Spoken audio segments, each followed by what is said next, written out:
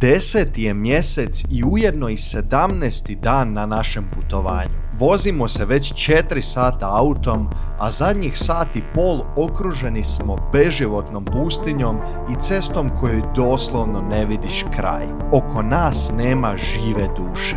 Kad ono? Dragi moji, na putu smo za dolinu smrti. I došli smo tu doslovno usred ničega, na benzinsku pumpu točiti gorivo. Mislim, ovo nam je usputna stanica, ali doslovno nema nigdje ništa. I onda benzinska pumpa, gorivo je malo jeftinije ovdje pa smo odlučili tu pumpat i pogledajte šta se nalazi iza nas.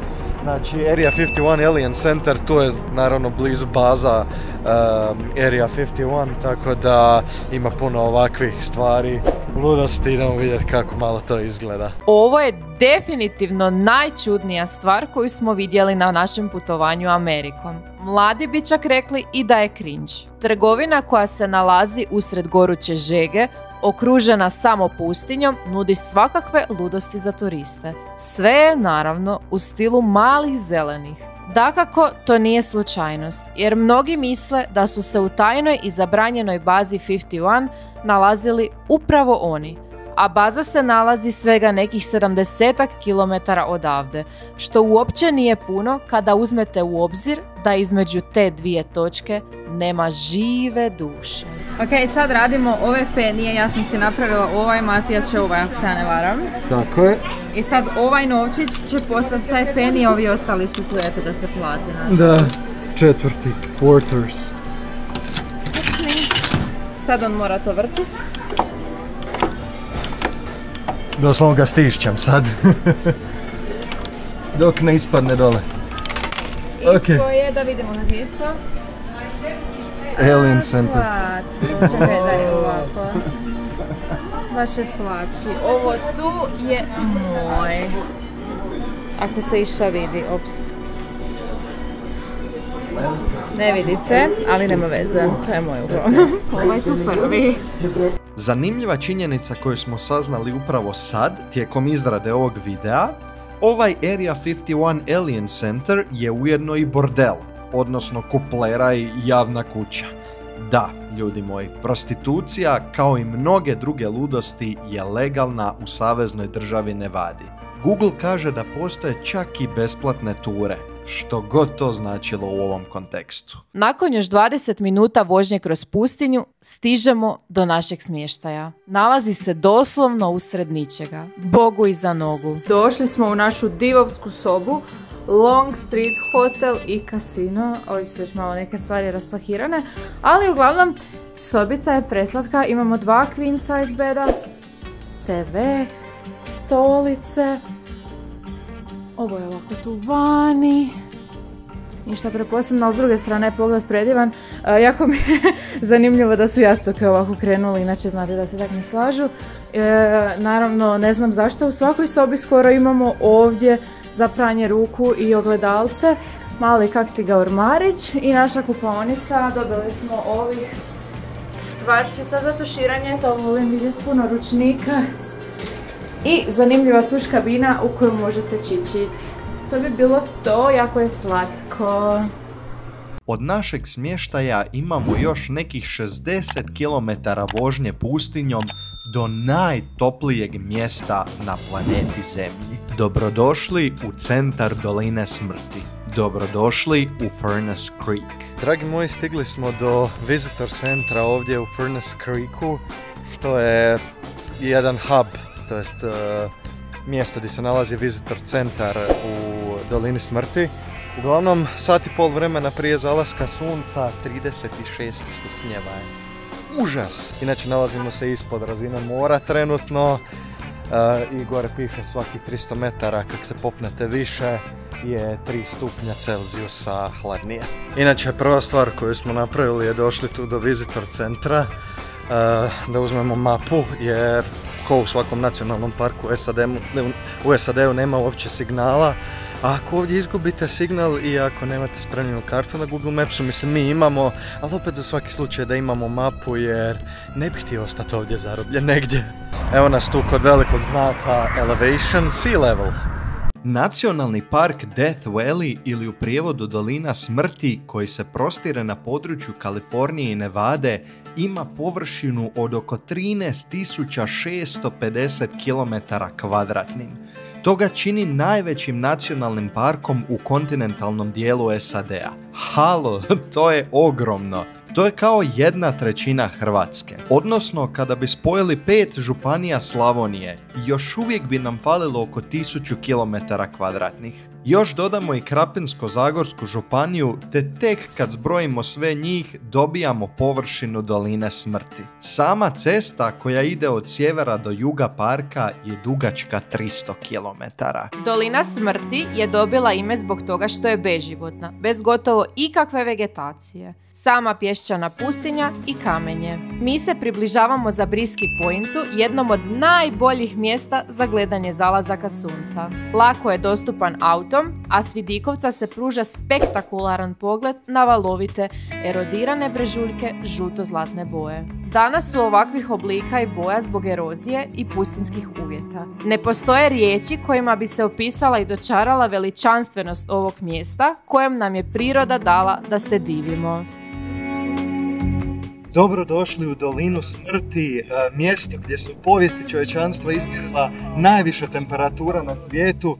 Ne tako davne, 1913. godine, izmjerena je temperatura od 57 stupnjeva Celzijusa. Trenutno se nalazimo na Zabriskie Pointu gdje dočekujemo nestvaran zalazak sunca. U samom nacionalnom parku ćemo se zadržati neka 24 sata, tako da ako vas zanima šta ćemo se pustiti i istražiti, ostanite u ovom videu.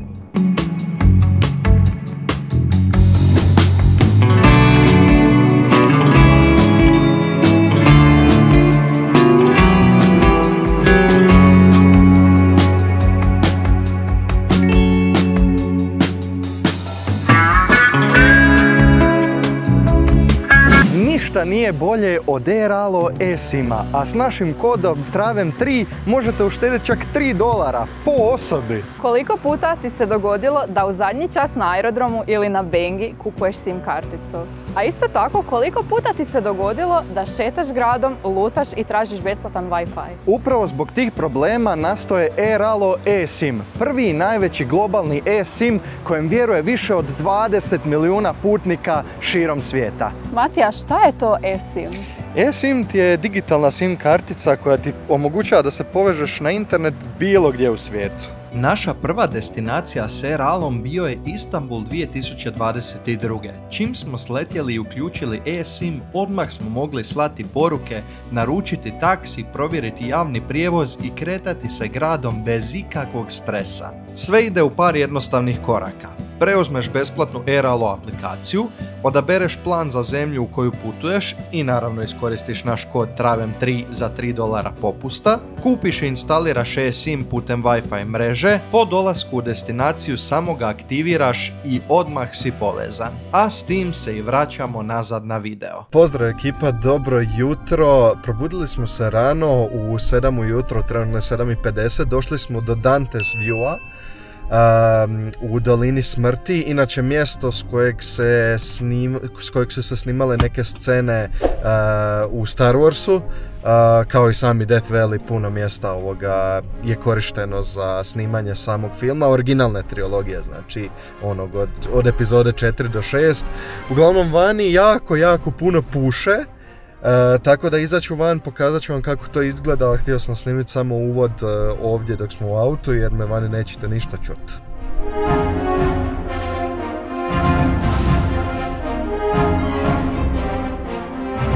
Mos Eisley Space.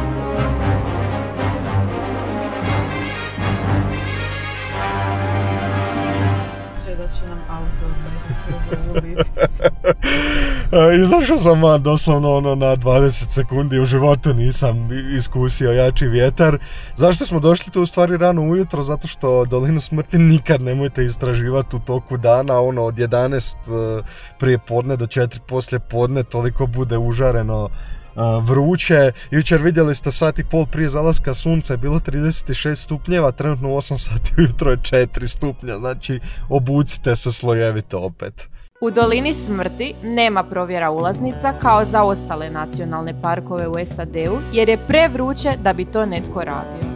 Čak ni u Visitor centru nemaju nekoga tko će naplaćivati ulaznice, već imaju samo automat, tako da računaju na vaše poštenje. Cijena ulaznice za čitav auto pun ljudi je $30, ali ako ste već gledali naše prijašnje videe, znate da godišnja propusnica za sve nacionalne parkove u SAD-u za auto pun ljudi košta $85. Ono mjesto koje ste vidjeli gore na Dante's View, barem na kratko, spustili smo se skroz do ovdje, trebalo nam je nekih sat vremena. Zove se Badwater Basin, 86 metara ispod razine mora. Ljudi moji, ovo je najniže mjesto u Sjevernoj Americi. Zašto se zove loša voda? Zato što čovjek koji je mapirao ovo čitavo mjesto je imao magarca i kad je došao s magarcem ovdje, on probao popit vodu s ovog izvora, međutim bila je preslana. Vjetar ubija danas, ali je 21 stupanj i usporedbi s gore 4 stupnja koliko je bilo. Pogledajte ovu sol ispod mene. Inače vidjet ćete na jako puno mjesta upozorenja da se ne preporuča hodanje ovdje nakon 10 sati ujutro. Ali vrijeme, kao što vidite, se jako može promijeniti i sata u sat. Pretpostavljam da će danas podne već biti 40 stupnjeva. Sredina 10. mjeseca, ljudi. Inače, da, dobro ste čuli, sat vremena nam je trebalo do ovdje. Ovaj nacionalni park je isto ogroman i treba 3 do 4 sata da dođete sa sjeverne do južne točke. Tako da dobro planirajte svoje vrijeme ovdje. Dobra stvar u vezi Doline smrti je što se možete odvesti do većine glavnih atrakcija. Samo provjerite kakve su ceste do tamo, većina cesta je asfaltirana. U većini slučajeva to nije dobar asfalt, ali većina je asfaltirana, može se dobro voziti. Na iduću atrakciju idemo makadamskom cestom, pokazat ću vam kako izgleda kad dođem. Ovako izgleda ta makadamska cesta o kojoj sam pričao. Ništa strašno, ali morate biti spremni na malo čvršću vožnju, dugačku oko 2 km.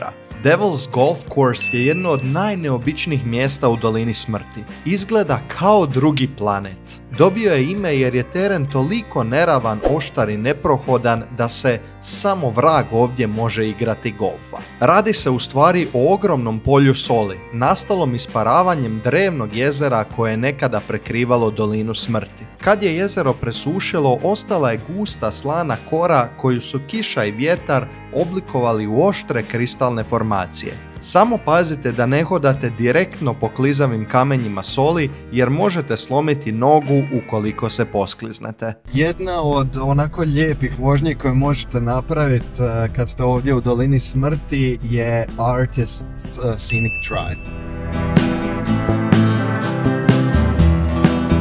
Artist Drive je jednosmjerna panoramska cesta duga 14,5 km. Cesta vijuga kroz brdski krajolik koji je nastao erozijom i vulkanskim aktivnostima. Zbog uskih serpentina i strmih nagiba zabranjena je vožnja dužim vozilima poput kampera i vozila s prikolicom. Na pola puta na ovoj vožnji nalazi se umjetnička paleta. Riječ je o mnogobrojnim mineralima, stijenama koje možete vidjeti tu iza mene. Crvena i žuta boja su nastale zbog oksidacije željeza, ružičasta i ljubičasta zbog mangana, a zelena zbog oksidacije klorita.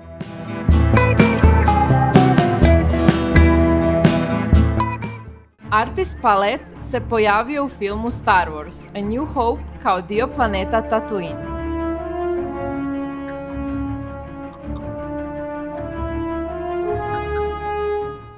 Unutar nacionalnog parka postoji nekoliko planinarskih ruta, odnosno hajkova, ali je bilo prevruće za takvu aktivnost. Ali, bez obzira, uvijek nosite puno vode i hrane, te se molite Bogu da vam se auto neće pokvariti jer signala nema, a vi se nalazite na najtoplijem mjestu na svijetu. Inače, ne preporuča se uopće dolazak u Dolinu smrti od 4. pa do 10. mjeseca.